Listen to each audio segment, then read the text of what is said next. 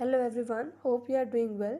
In this video, I will show how to fix voicemail notification not working on Galaxy A16 5G. Before starting this video, please subscribe to this channel. Let's start our video without wasting any time.